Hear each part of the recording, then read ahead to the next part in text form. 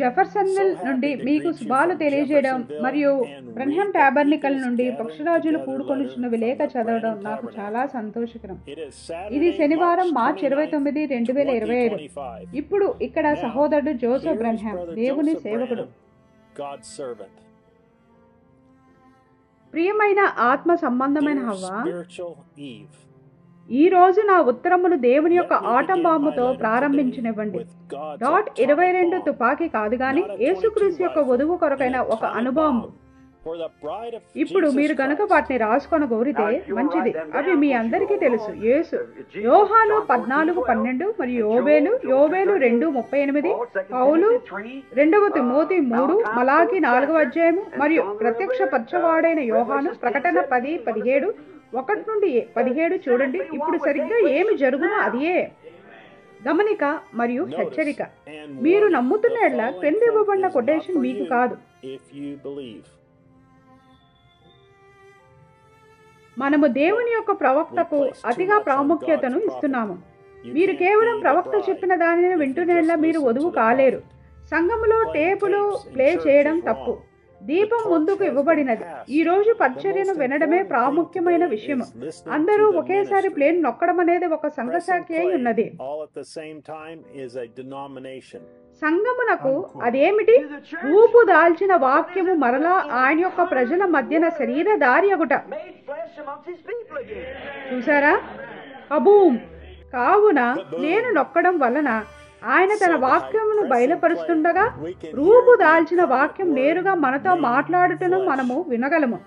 మరియు అది మీరు వినగలిగేంత ప్రాముఖ్యమైన స్వరమేమి కాదు కదా అని కొందరు అంటారు. అలాంటి వారి కొరకే ఈ కొటేషన్.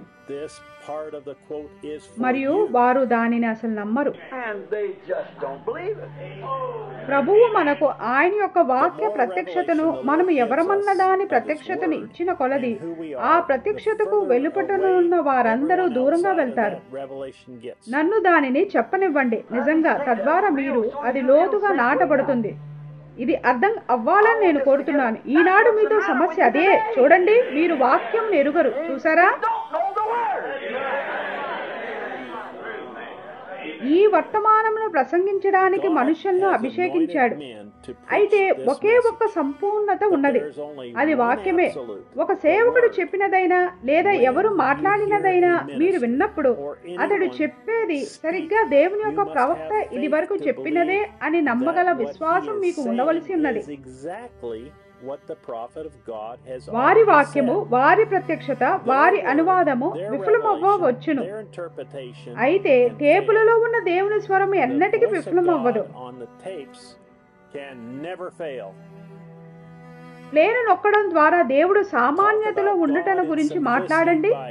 ఆయన దానిని మరలా చెప్తాడు. వారు ఆయనను అనగా వాగ్దానము చేయబడిన వాక్యము ద్వారా శరీరంలో ప్రత్యక్షపరచబడిన సజీవమైన వాక్యమును వారు తప్పిపోతున్నారు. ఈ కార్యములు చేయబడినని వాక్యము వాగ్దానము చేసినది. అంత్య దినములలో ఈ విధంగా ఉంటుందని వాగ్దానము చేయబడినది. ఆయన యొక్క ఉరుమును వినండి. ఒక ఉరుము అనగా దేవుని యొక్క స్వరమై ఉన్నది. విలియం మ్యారియన్ బ్రన్హమ్ గారు ఈ తరమునకు దేవుని యొక్క స్వరమై ఉన్నాడు. ఆ వధువు ఇంకనూ ఒక ఉజ్జీవమును పొందుకోలేదు. చూసారా? ఎటువంటి ఉజ్జీవము సంభవించలేదు. వధువును కుదపడానికి ఇంకనూ దేవుని యొక్క ప్రత్యక్షత అక్కడ లేదు. చూసారా? ఇప్పుడు మనము దాని కొరకు ఎదురు చూస్తున్నాము. ఆమెను మరలా మేల్కొల్పడానికి ఆ తెలియబడని 7 ఉరుములు అవసరమవుతాయి. చూడండి.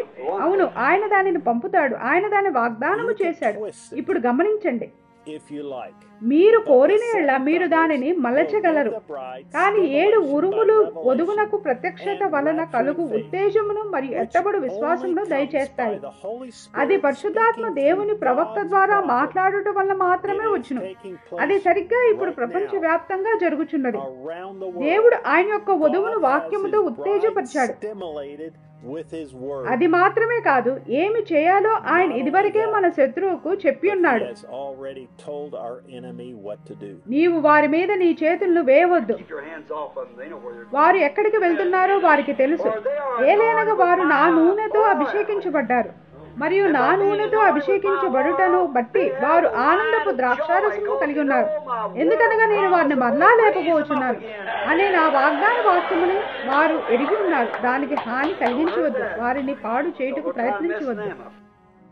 ఆయన శత్రువుకు వాడి మురికి చేతులను మన మీద వేయకూడదని చెప్పాడు. అయితే వ్యాధి ఇంకనూ మనపై దాడి చేయవచ్చా? అవును. మనం ఇంకనూ సమస్యలను కలిగి ఉంటున్నామా? అవును. అయితే మనం ఏమి చేయాలో కూడా ఆయన మనకు చెప్పాడు.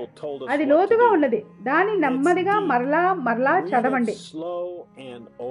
ఒక వాక్యము కంటే ముందు అది ఒక తలంపై ఉన్నది, మరియు ఒక తలంపు సృష్టించబడవలసి ఉన్నది. మంచిది. కావున దేవుని తలంపులు ఒక వాక్యము ద్వారా పలకబడినప్పుడు అవి సృష్టిగా మారతాయి. అది ఎప్పుడనగా ఆయన దానిని ఒక తలంపుగా, ఆయన యొక్క తలంపుగా నీకు ప్రదర్శించినప్పుడు, మరియు అది నీకు బయలుపరచబడినప్పుడై ఉన్నది. పిదప నీవు దాన్ని పలికే వరకు అది ఇంకనూ ఒక తలంపే అయి ఉన్నది. ఆయన ఆలోచనలు పలకబడినప్పుడు సృష్టిగా మారాయి. పిదప ఆయన యొక్క ఆలోచనలు ప్రదర్శించబడి మరియు వాక్యముగా మనకు బయలుపరచబడ్డాయి. ఇప్పుడు మనము దానిని పలికే వరకు అది ఇంకనూ మనలో ఉన్న ఒక ఆలోచనే అయ్యుంటుంది. కావున మనము దాన్ని పలుకుతాము మరియు దాన్ని నమ్ముతాము. నేను అబ్రహాం యొక్క రాజ సంతానమై ఉన్నాను. నేను క్రీస్తు యొక్క వధువునై ఉన్నాను. ఆయన యొక్క వధువుగా ఉండుటకు జగత్తు పునాది వేయబడక ముందే నేను ఎన్నుకోబడ్డాను మరియు ముందుగా నిర్ణయించబడ్డాను. మరి ఏదియో దాన్ని మార్చజాలదు. బైబిల్ గ్రంథంలో ఉన్న ప్రతి వాగ్దానము నాదే. అది నా కొరకైన ఆయన యొక్క వాక్యమై ఉన్నది. నేను ప్రతి వాగ్దానమునకు వాసుడై ఉన్నాను. నా వ్యాధులన్నింటినీ స్వస్థపరచు ప్రభువైన దేవుడు ఆయనే. నాకు అవసరమున్న ప్రతిదీ నాదే. దేవుడు అలాగూ చెప్పాడు. దేవుడు సామాన్యతలో ఉండుట. వినుట వల్ల వాక్యమును వినుట వల్ల విశ్వాసం కలుగుతుంది. వాక్యము ప్రవక్త యొద్దకు వస్తుంది. అందరూ వారి ఆలోచనలను, వారి ఊహలను, వారి వర్తమానమును రుజువు చేసుకోవడానికి కొటేషన్లను ఉపయోగించుకోరుతున్నారు. మరియు వారు సరియే, నేను కూడా అలా చేస్తాను. అందునిమిత్తమే దీనిని చెప్పడానికి నేను మీకు కొటేషన్లనే ఇస్తుంటాను. టేపులతో నిలిచి ఉండండి. ఆ స్వరమును వినండి. ఆ స్వరము దేవుని స్వరమై ఉన్నది. ఇంకెవరైనా చెప్పేది కాదు గాని టేపులలో ఉన్న ప్రతి మాటను మీరు నమ్మవలసి ఉన్నారు. అదే మీరు వినవలసిన అత్యంత ప్రాముఖ్యమైన స్వరమై ఉన్నది.